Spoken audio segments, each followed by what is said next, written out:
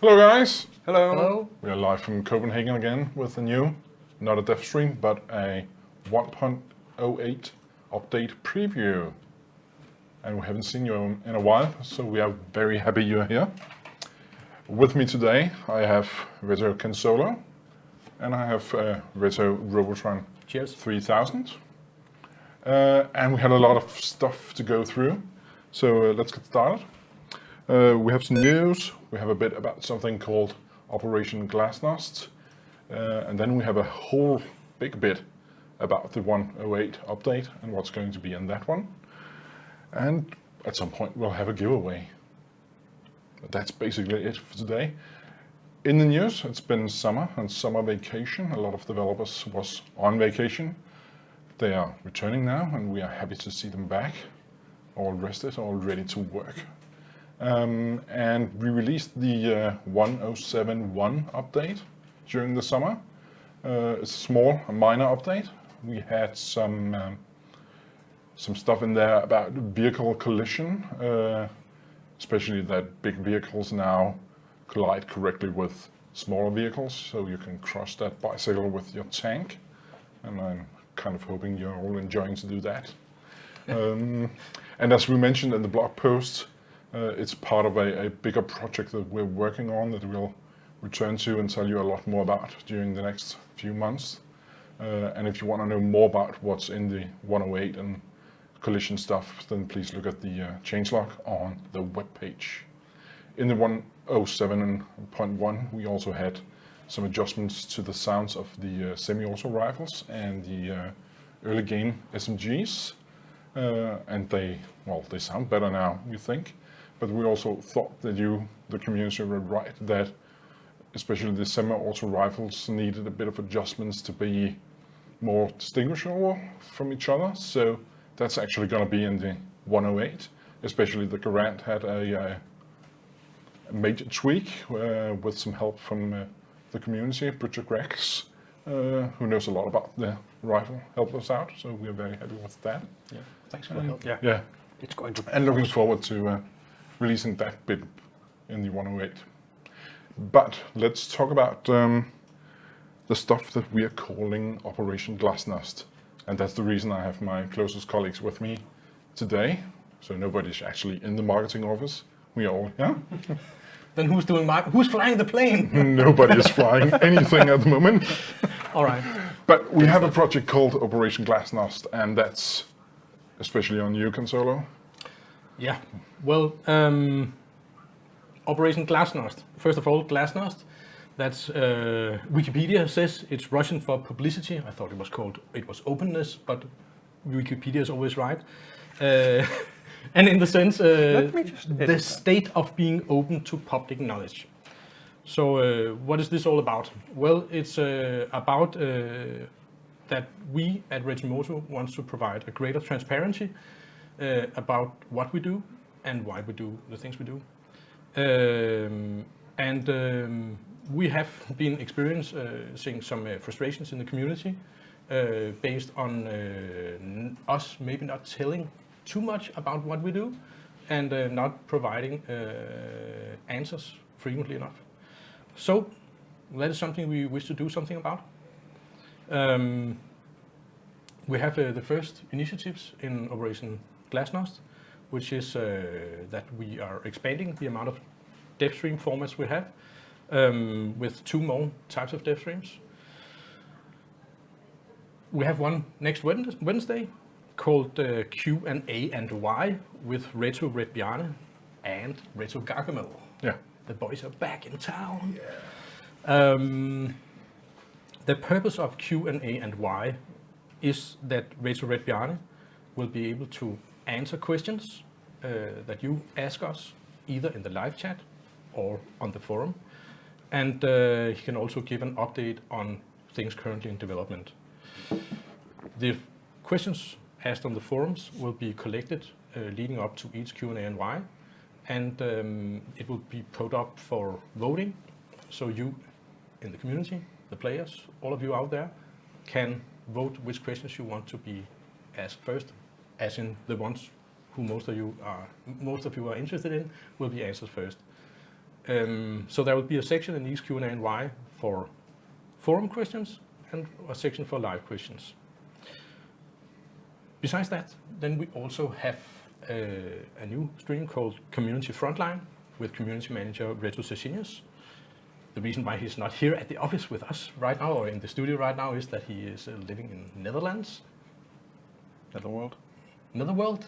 Nether. Maybe just Nether, I don't know. And he has already run 3 episodes, an alpha episode, a beta episode, and a number 1, kind of like Heroes and Generals was in alpha, beta, and well released.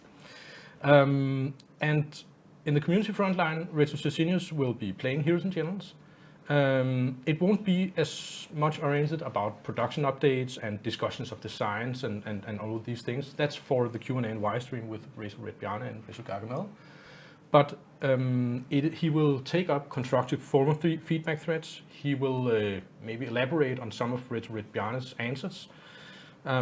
He might show some tips and tricks for the game, how to best upgrade a weapon or something like that. And he will also, of course, do some live Q&A, answering the questions that he has knowledge about and that he knows the answers for. Otherwise, he might forward them to Reto-Red-Bjarne or some of the other of us. The Q&A and Y and the community frontline will run every week in the sense that we'll have Q&A and Y one week, and then community frontline, then Q&A and Y, and then community frontline, and so on. Except when we have a new update coming up, like we have now.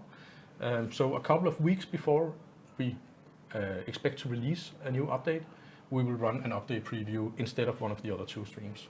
And the update preview, that's basically this one. This one. Yeah.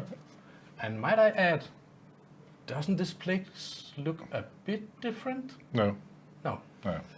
Same studio as ever. Same studio as ever. I mean, Is this a green screen? yes, it is.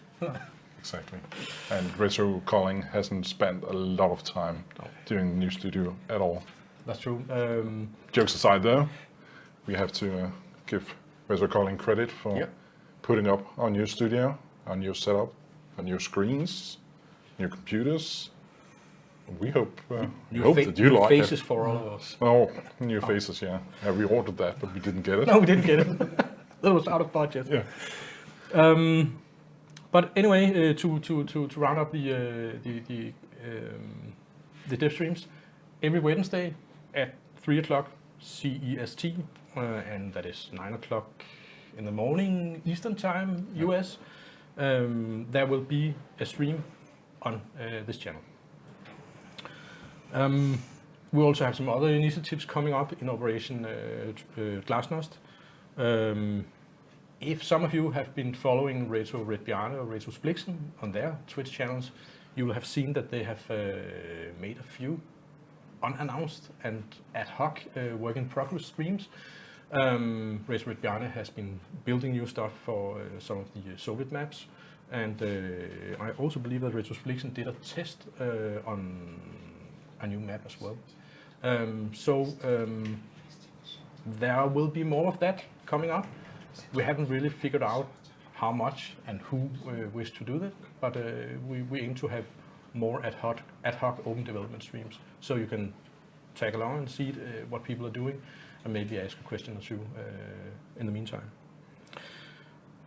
The goal with this Operation Glasnost is that, as mentioned, we want to let you know what we're working on, why we're working on it, and make sure that you get your questions answered. And we wish to move forward, making Heroes and Generals an even greater game as a united team, with both developers and you guys, the players, as one team. So that's an invitation from us to invite you inside to see what we're doing. Hope you will. Hope you like it. Hope you appreciate it, yeah? Yes. So, yeah, just to quickly recap, next Wednesday is going to be Next Wednesday is Reto-Red-Bjarne. Reto-Red-Bjarne, Q&A and Y. There's already a forum feedback thread where you can ask questions. We might remember to say that, please keep it too simple. One question. One question, and please ask it as a question and not a wall of text, because already now we have 6 or 7 whole pages in that thread, so that'll be a lot of questions. We are gathering together the questions to let you guys vote on them, so keep it brief and only one question per player. And it's in the news and updates section of the forum. Yes, So it's easy to find. And the week after the Q&A and Wire, there will be a community frontline with Reto Seniors, and the week after there will be another Q&A and Wire with Reto Red Bjarne, Reto Gargamel, and so on. Pretty simple. I think that's about it. Cool. Yeah, Cool. and it's super awesome. I mean, we are excited about it. We have a lot of things going on, and we have a lot of things that we've been working on, and we've been wanting to show, and I think we kind of lack the format of how can we do this in a formalized way. And now, we have this, there's a lot of support from everybody here. People think it's a great idea, and people really want to do this. So we're really looking forward to seeing what you guys can come up with and how we together can make things even awesomer, because that's a word. Yes, it is. It is, definitely the word. Nah, I'm Danish. I don't speak so well English. Great. And the thing we're working on at the moment is the 108 update. Part of that is something that I know that you wanted. I know a lot of players have asked for this as well. Yes. Leaderboards. Leaderboards. Yes. Leaderboards are back. Leaderboards. We're bringing back leaderboards, but not in the puny way we had them before. Now they are going to be awesome. They are becoming awesomer every day. It's work in progress. This is a quick mock-up of how it's going to look. Leaderboards will have the top 10, as you can see over here. First 3 places highlighted. Then it should go to 10. This mock-up doesn't. And then below that, some of you, very few of you will not be in the top 10, because you people watching this live, of course, are very, very best players. But if you, by chance, maybe you had an off day, you're not in the top 10, but lower down. If you're me, maybe. Then you'll have something, as you can see over here, where you have position 20,314, 15, so on. Then it'll show where you are, and ACK Bob the Builder is currently Ken Solo, apparently. Yes. This is just a mock-up with some random names, and they are random, because Simo Hey Hey is not a pilot. Some of you know that. So this is how they're going to look. We're still working on them. So currently, they look a tiny bit different. But they're here. We're running on live data. So this is live. This is on my test server. Of course, people can't unfortunately see it just yet. I need to get it done. But this is using but the data. Numbers in there. The numbers in there are from live. And the idea here is that the leaderboards will live on the web page, so that you can easily link to them. You can easily check out if the position have changed on your phone. You can send leaderboards to friends and so on. We put them out here, and how current is it? The leaderboards are updated every 30 minutes. So it's 30 minutes, and then the data they show is the last 30 days. So it's what we call a running 30. So if you are playing, and if you're playing actively, you have a chance of coming in on the leaderboard. It's not only people who played for years and years and years. And if you are on kind of one of the higher numbers, then you have to keep fighting and keep playing to keep your place there. So currently running 30, and we're looking at expanding it to maybe something more if we have something cool later on. But it's a very open system where we have the possibility of expanding it as we go along. Leaderboards updated every 30 minutes, and this is somehow behind. No, it's right over. You can see I'm pointing at my cursor. This is last updated. This current leaderboard, and the server, it's on server time, which is UTC. If I update it now, I should get a much newer one. I loaded the page when we were setting up earlier, so Okay. You can run them. So we're only going to have kind of boring leaderboards like scores and kills and stuff like that? No, No? because I have had my way.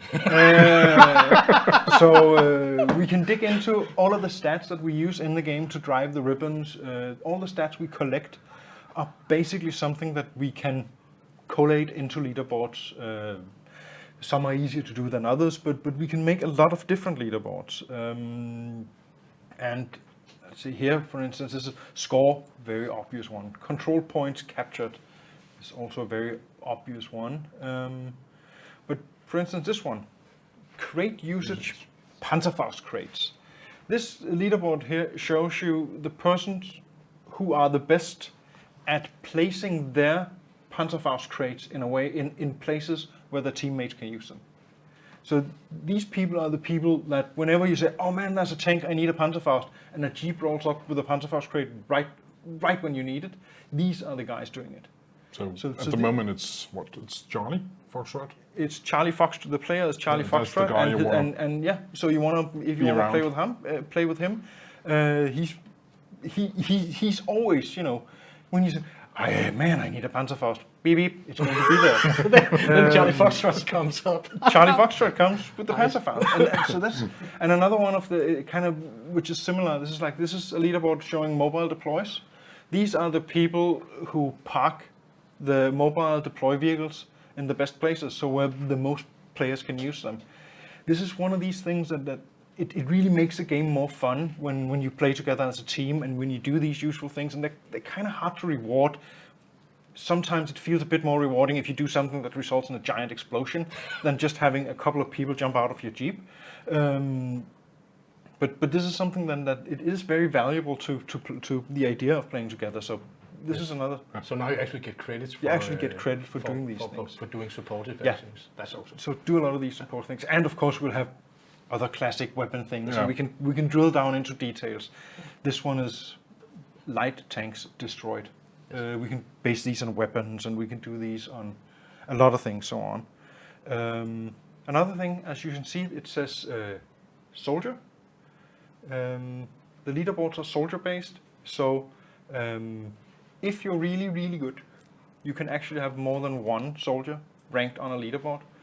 When the leaderboards show, they show your highest ranked soldier, and one of these things, it's one of these things that it gives us a foundation to keep on building things. Like maybe can we do something with multiple soldiers owned by a player? How do they rank? So there's a lot of possibilities in the framework that we can continue to build on and expand. For now, we'll start with a set number of leaderboards. I don't know where we are, where we end up, 10, 15 maybe, something like that. Whatever, like makes sense and seem to be gives a broad overview. There should be something for everyone. There should be a leaderboard where everybody feels like, yes, this is one where I would like to rank. This is one that kind of gives an image of my way of playing. So this is some of the things we want to do. So if you have awesome ideas for stuff you want a leaderboard for something, let us know, and we'll see what we can do. Put it in the forums. It's one of these things where we should maybe also mention we can do what we call event leaderboards. Yeah. It's one of these things where we can do a time limited. So if you have something and everybody agrees this is a really, really fun way to do a leaderboard, but might not be one we want to have forever, we could do a shorter kind of event around a really good idea, a really fun idea. You're talking about the player who destroyed the most planes with hand grenades. For instance, really something stupid. like that. But again, your suggestion should of course be it should be leaderboards. That's something that kind of makes the game move forward. That helps the people here win the battles. That kind of where you make a difference. Or you do something you fight for your friends. You do something for the other players. This is basically. That's leaderboards. That's the leaderboards, and behind the scenes, they basically look a bit different.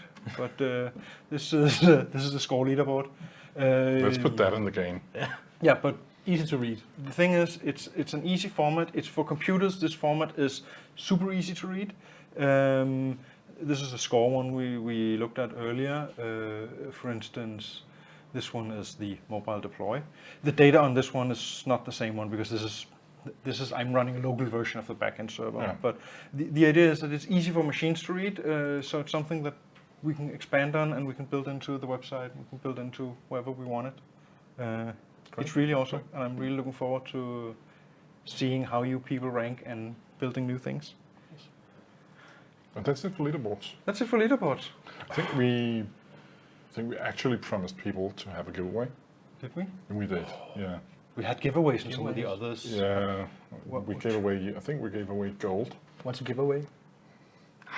Yeah, maybe. Yeah, okay. See, that's okay. humor for you. Ah. No, we're gonna have a giveaway. Oh. And we're gonna have a different giveaway than we usually have. Okay. Because that's how we roll now. Different. Different. To celebrate the new Twitch studio. We'll Exactly. give away Reto Console. Yeah. No.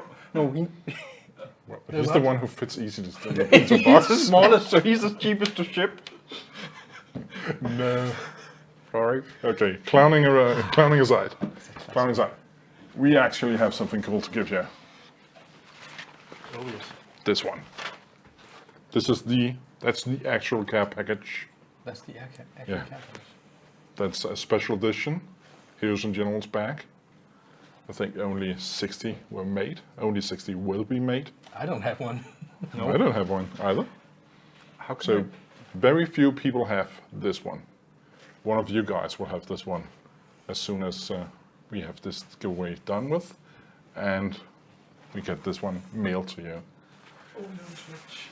Oh, and sorry, you guys watching on Facebook, it's only on Switch. I'm gonna place it here Oh yes. so you can see it. You can neat. cover it. is there something inside, or should we put something inside? There might be something inside. Oh, An old egg sandwich. that's one possibility. I can't fit in there. I'm sorry. But we're gonna put something inside. Yeah, let's put something in, and something that will clear customs. Yeah, Okay. not something alive. No, not No. something alive, and not something that. Yeah. Yeah. We'll look at it. So yeah, I think we should actually start the giveaway. We should because start the giveaway. doing delay things and so on, everybody has a chance to join in. All you guys riding gold at the moment, you're really not in this giveaway because that's the wrong thing to write. What we need you to write this time is !1. And So the one is number the one digit is one. the digit one, not the letter one, Somebody has entered. and somebody has entered. So at least one person is taking part in this giveaway. Cool. And I can see it in the chat that more persons will. So while you write number 1, I'm gonna say thank you to Reto Console and Reto Robotron 3000. Yeah. And I'm gonna bring in another guest. Oh, that sounds awesome. Yeah, it is. Glad to be here. Who could it be? Take care, guys. See you. Cool.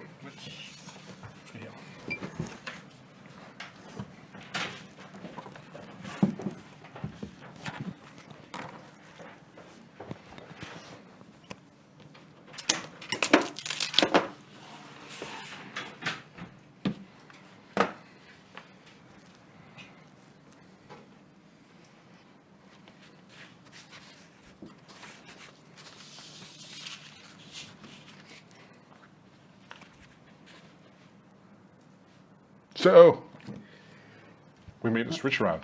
The old Switzeroni. Yeah, a little switcheroonie. I have Reto Cristiano with me. Hello. All you guys know him.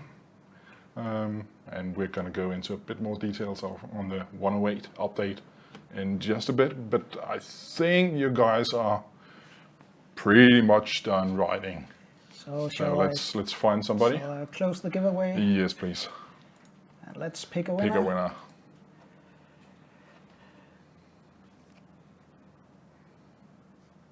Nothing is happening. Let's try again. That's the winner.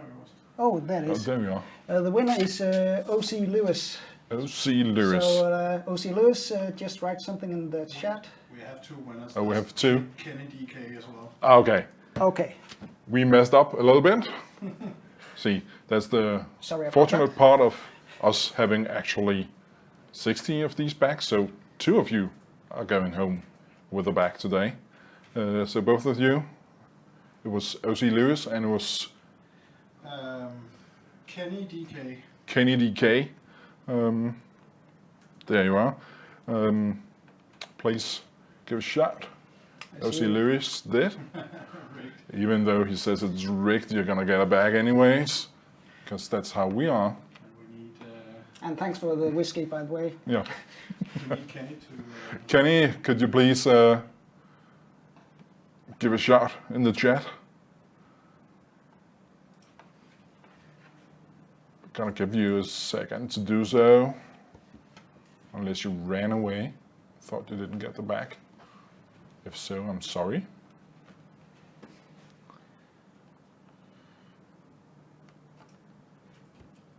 I think, nah. No, Kenny, if you show up, we'll figure something out.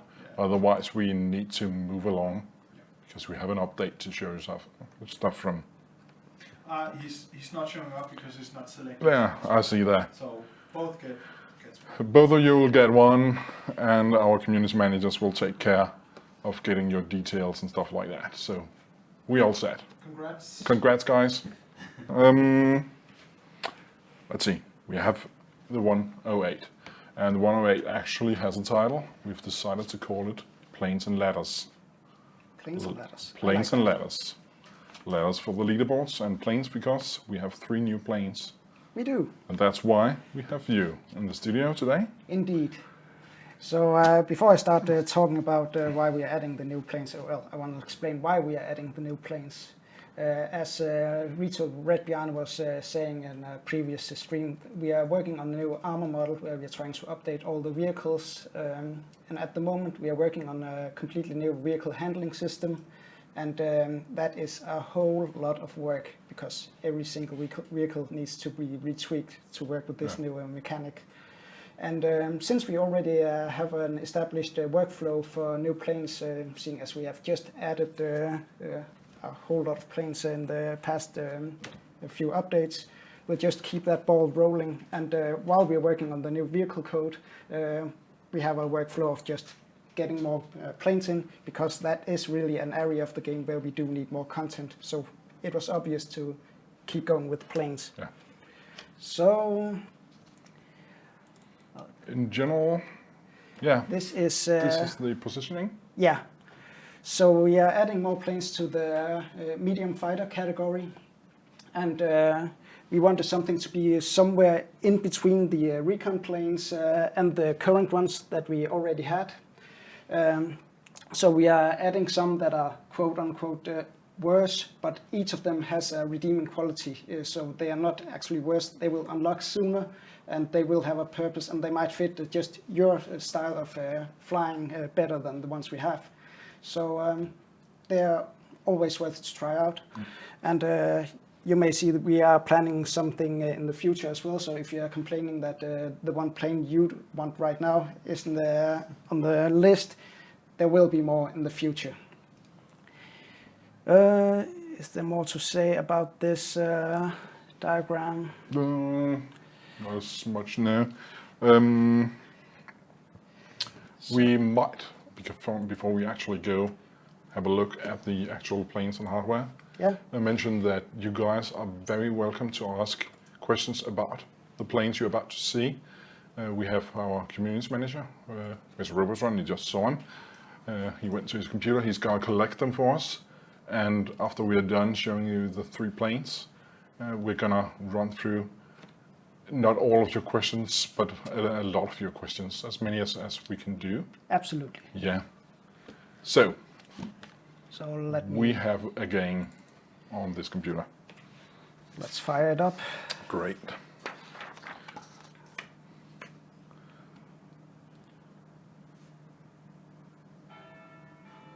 Awkward silence. With the bell tower in the background. Just fix the resolution setting.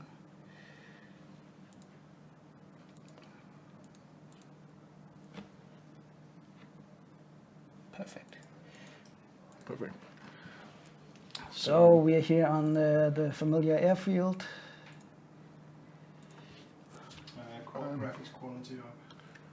Is Sure, it's not. Is it on crap? Yeah. Sorry.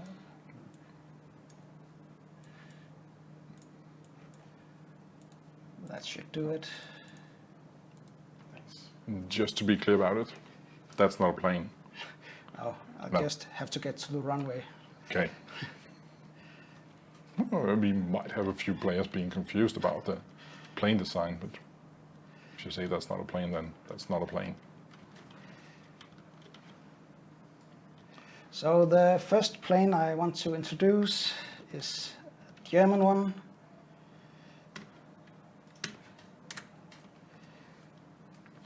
So here we have it. This is the Bf 109 D1 or Dora 1, which is one of the earlier versions of the Messerschmitt. The Messerschmitt is from 1937, Yeah. and it was being developed quite quickly. There were a lot of iterations and updates throughout the development. And this one, it did see action in the war. It was the main German Luftwaffe plane during the Spanish Civil War. Okay. But by the time of the Second World War, it was sort of obsolete. It was used, but mainly it was retired as a trainer, and it was Okay, used yeah. as a training plane throughout the entire war. It looks sort of similar to the one we already have, but there are some key differences that is worth noting. You may immediately see that it only has 2 propeller blades, which is an indication that this is something, it's an older design. The bottom of the plane is a lot more simple. It doesn't have the air ducts. It has a smaller motor. It has an older style of canopy. Subtle details like that. But it does fly. It does fly, so let's get it in the air.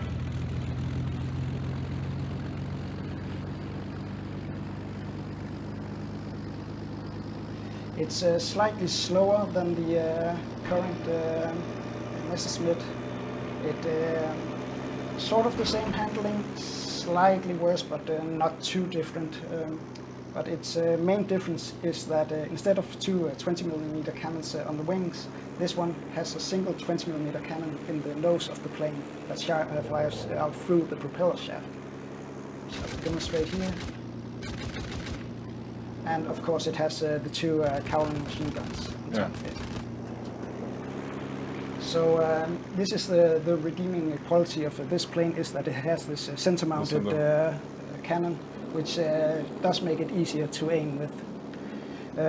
A lot of you will probably yell at the screen right now and say, oh, the D1 did not have the nose cannon, which is what Wikipedia says, and a lot of other sources claim it as well.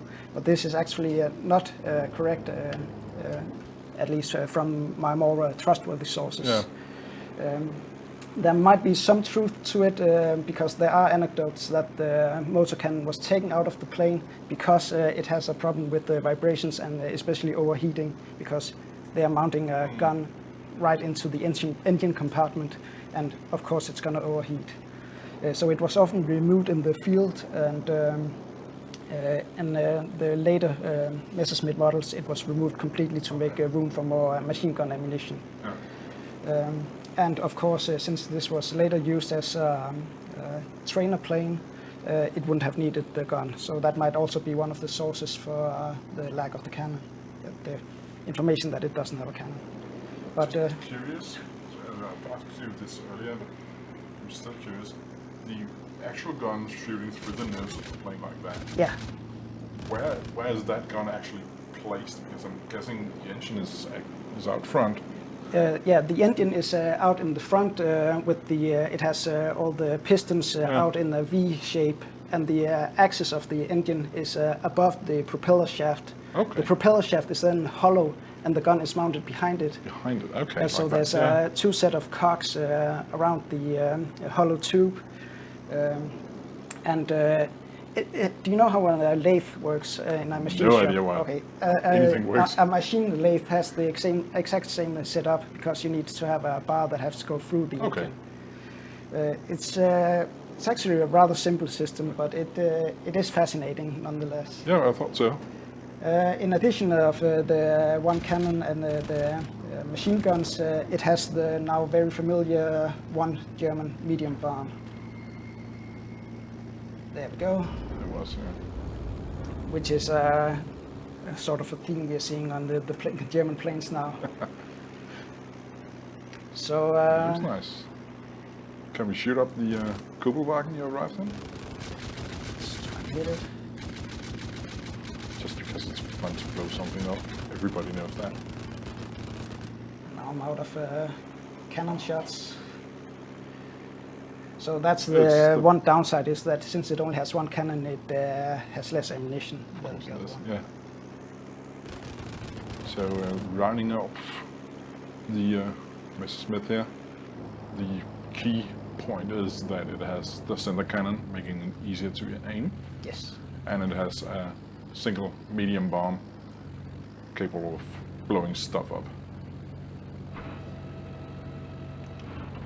And we're in for a landing. And it can land, actually.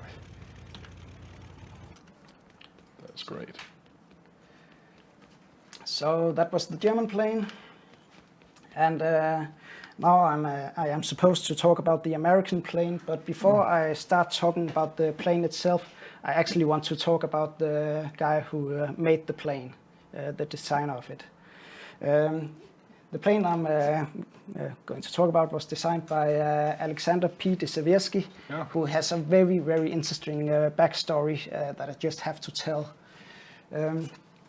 He was born in 1894. He was a Russian, as the last name is Seversky might suggest. He was the son of an aristocrat, and his father was the first Russian to own his own plane and one of the very first aviators. When Alexander de Seversky joined the military school at the age of 14, he already knew how to fly a plane. That's amazing. So when the First World War broke out, he obviously he had to fly. So he came in on the Naval Aviation Corps, still in the Russian Navy. And on his first mission in 1915, he was hit by an anti-aircraft gun and started crashing out in the Baltic Sea. During the crash landing in the sea, a bomb under his wing exploded, and that killed his observator is the word I'm looking for, and it cost him his right leg. So he lost his leg. He was fished out of the sea by friendly forces, taken to the hospital, where he demanded that he was given an artificial leg so he could go back into combat. He was denied getting back to the front line, so after he had recuperated from his injury, he interrupted an air show performance by just crashing it and doing all sort of aviation maneuvers to show that he still got what it took. He was arrested for this, but then Tsar Nicholas II intervened and allowed him back to the front line, where he immediately he's described to have gone into combat with the enthusiasm of a madman. So that tells something about him. He was the highest scoring naval ace, Russian naval ace from the war, and possibly the third highest scoring ace altogether, still Russian ace. He then had an injury where he broke his good leg, and he was sent to America to make some deals with wartime productions, because America was still neutral at the time. While he was in the United States, revolution broke out, and he decided to stay. So he immigrated to the United States and started living there. Cool. He used all his knowledge as an aviator to start developing a lot of aviation gear. He developed a gyroscopic bomb sight in 1923, and he got a whole lot of contacts in the American military. Then when he became a US citizen in 1928, he was immediately promoted to a major, which was a title he held for the rest of his life. He started his own aviation company, Seversky Aero Corporation, in 1923. And during the stock market crash in 1929, he had to close down the company, but started it up again in 1931, called the Seversky Aircraft Corporation. That's a lot of history. and I'm not done yet. Of course not. Have a drink. We'll have a breath, and then. Exactly. He then designed this aircraft that I'm going to talk about. He designed a whole lot of aircrafts, and a lot of them had a lot of records. He was also the PR guy of his own company. He was his own test pilot.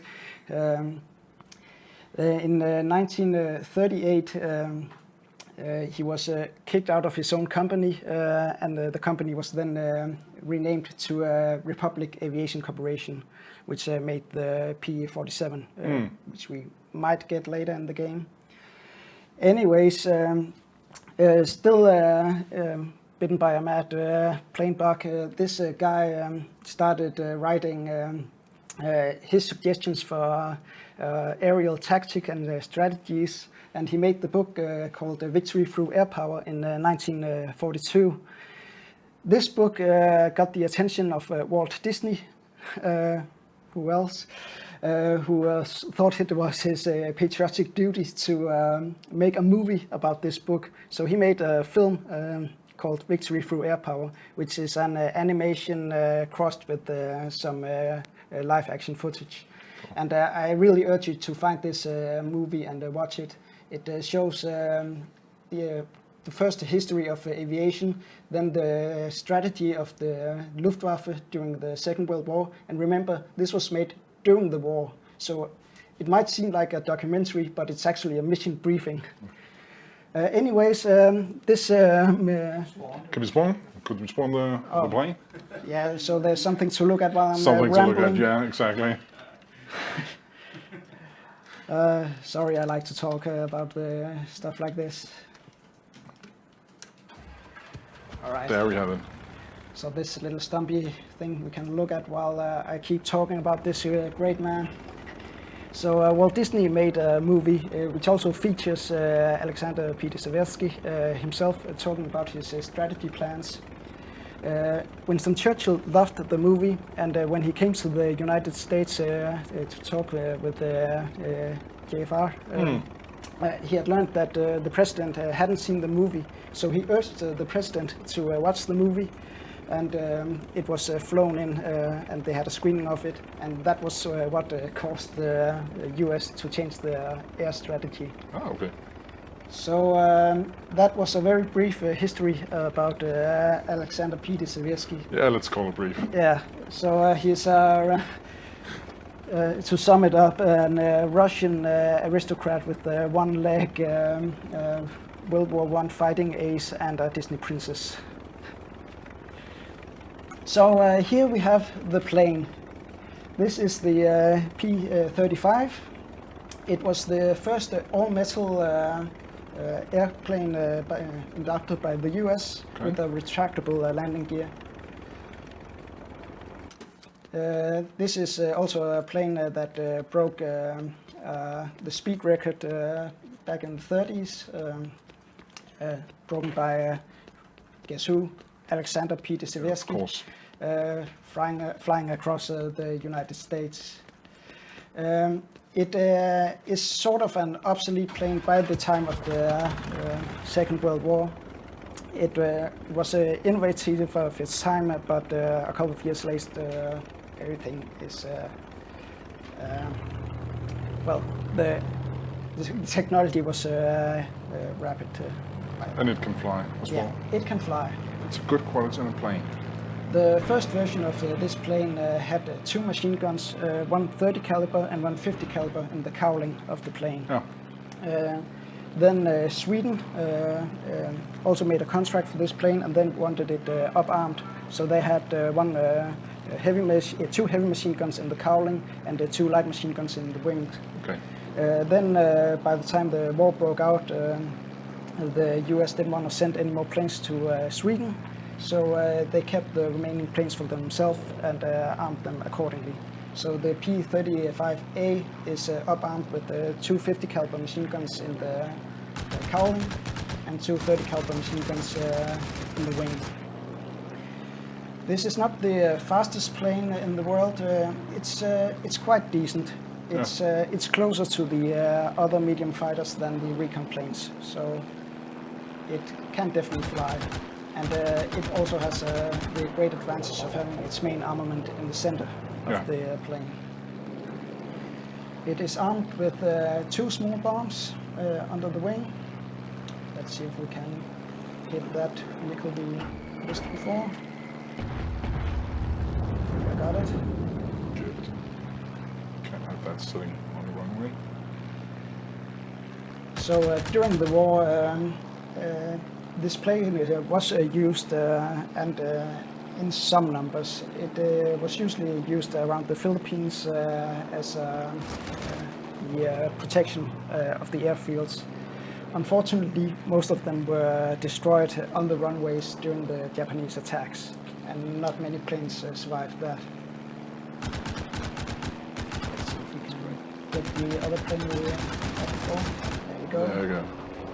So to sum this one up, we again got a center aim line. We have 2 main guns in the center of the planes. Yeah. And we got 2 small bombs Yeah. to kill stuff.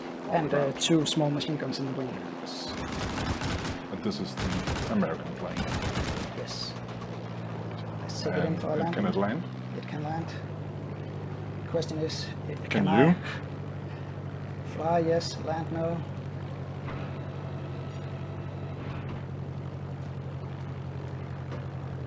There we go. There you go. Great.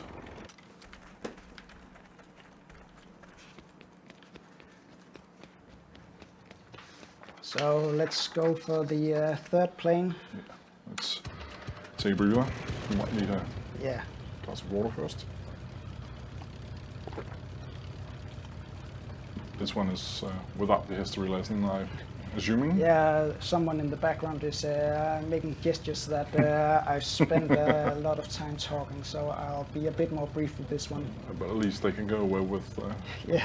being a bit smarter after watching So, this one. No. This is the Soviet MiG-3, and I think it just looks awesome. It does. This is basically the muscle car of planes. It's one huge engine, and it's fast. It's fast, and it's very, very fast. The MiG-3 was designed as a high-altitude fighter. Unfortunately, when it was used, there weren't really any planes in high altitudes. So To fight against that. yeah, so it was pretty much alone up there. It had one great advantage is that when it's up high, it can fly very fast. So it was a great interceptor. So if enemy planes are spotted all the way over there, you can launch these and they'll get to them fast. It did sort of lose its high-speed advantage at the low altitudes, but in the game we are emphasizing its speed. Let's just get it up to speed. It doesn't maneuver very well when you're up in speed, No. but besides that, it's average maneuverability at low speed. It is armed with 2 light machine guns in the cowling and 1 heavy machine gun.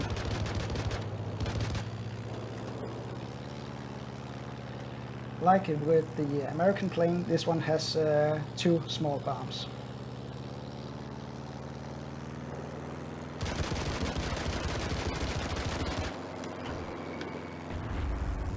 And can actually hit stuff. That's great. So to recap this one as well, it's one of the fastest one. It is the In the fastest plane in the game. In the game, yeah. So it's faster than the German heavy fighter. Exactly. So for you pilots out there that can actually master it, it could be a pretty deadly one. You can pick and choose your fights with this one. Exactly. So And this one can land as well. let's find out. I'm not gonna make the joke if you can. Not once again. Well, I just did, but...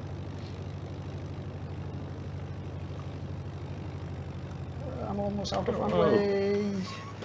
Abort. Great. So that's the disadvantage of a high speed. You need a longer runway. Well, it can land a pretty short distance, but I couldn't just there. There we go. There we go.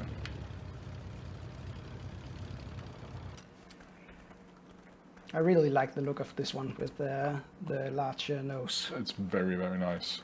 So that's the 3 planes coming in the 108 Yes. Planes and Ladders update, which will be out within the next 2-3 weeks. Yeah.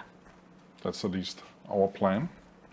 We invited you to ask questions, and we got a few. Excellent. So I'm hoping you're prepared for questions. Question 1. How about Stukas? Yeah. The reason why we are going for new fighter planes instead of adding a new category is that we are making a lot of changes to our armor model, and planes like the Stuka will have a great advantage of this new update.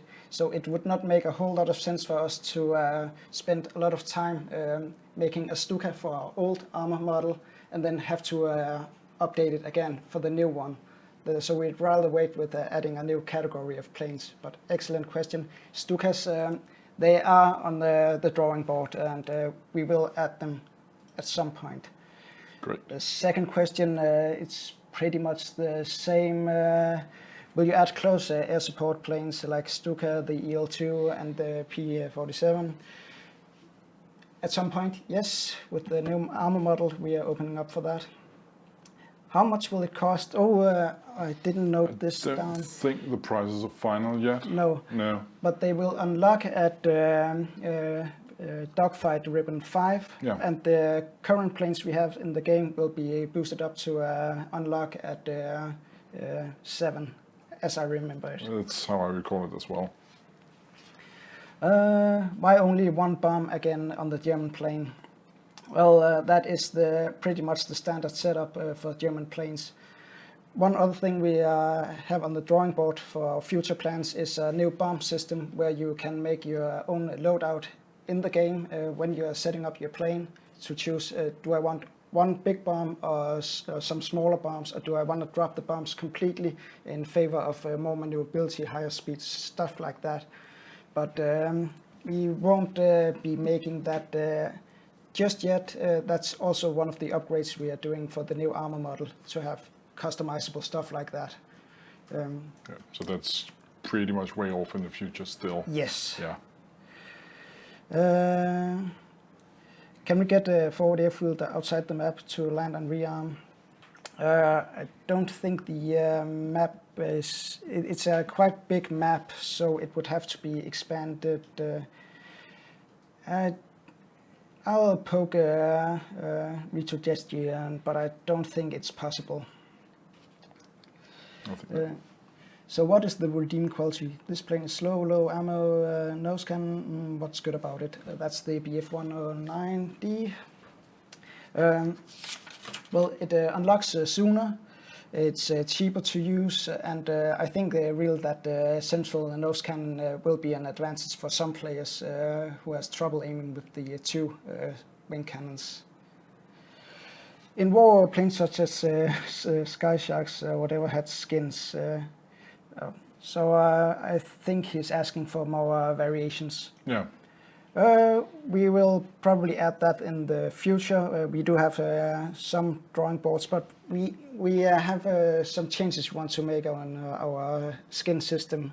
And we are also slightly working on updating our shaders. So releasing some skins now would mean double the work. Yeah. So the skins are on hold. Are those 200 kilobombs? Yes.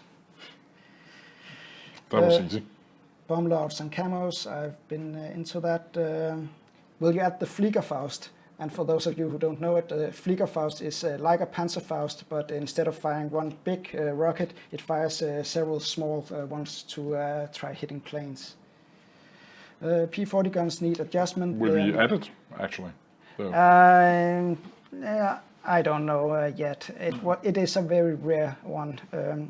I'm actually not sure if it passed the prototype state.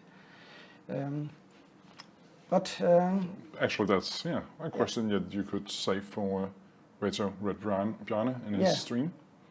Ask might be the one. Yeah, Or ask he will be next the one Wednesday. who knows stuff like that. P-40 guns need adjustment. They are not angled enough. The gun fires too straight. What he is asking is gun convergency. Usually on planes with wing-mounted cannons, the guns will cross over and have a beating zone in the middle. This is something we have talked quite a lot about in the development department, and it's something we will add at some point. But right now, it would make it would be very difficult to add right now, because it's also a part of the customization, or at least that's one of the possibilities we are talking about, and the way of implementing it is to have it customizable. So you, when you make your plane loadout, you select what convergency distance you want. And at the moment, we don't have a good way of doing it, but we are aware of convergency. The second question is the same. Why does the US main fighter lack a main cannon like the P-40? The US, they really liked the 50 caliber machine guns, and most of their planes were armed just with machine guns. So that's ask history. That's how it was. Will there be a Hanschel HS 129B ground attack plane? It's a possibility when we are going to the ground attack planes. So I think that was the last of the questions. Yeah. Thanks for asking them. And thank you for showing us the planes. You're welcome. We are almost done with this update stream. We talked about the 108 coming out, which is going to contain leaderboards, and it's going to contain the 3 new planes. And there's going to be a few adjustments to the sounds of the semi-auto rifles, so you can tell them apart more easily. And there's going to be a few other stuff and tidbits and codes in there that'll be available to read about in the changelog. We also talked about the Operation Glasnost we're doing at the moment. We are really hoping that we will be able to provide you with a lot more information on what's going on, what we're working on, what's in the pipeline. We provided something today, and you got to see 3 of the planes that are a bit out in the future, but you still got to see them. So we hope you enjoyed that. If you missed anything of this stream, it will be available on YouTube. And if you don't want to miss it again, you might want to subscribe to our Twitch channel. There should be a button somewhere above, possibly my head, I guess. Can't see it. It's not in here, but subscribe to our Twitch channel and you won't miss the many streams that we are going to do in the month ahead. And you can of course also find us on Facebook, on Twitter, on Instagram, and of course heroesandgenerals.com. Next Wednesday is Reto Bjarne and Reto Gargamel, and you can basically ask Reto Bjarne anything. There's a thread on the forum where you can ask questions now, and they're going to be voted upon, and we'll bring some of those into the studio. But you're also going to be able to ask questions for the Q&A session in the chat while we're streaming. But for now, thank you for watching. Have a great week. We'll see you on the battlefield, where you hopefully will make a difference and fight for your friends. Take care.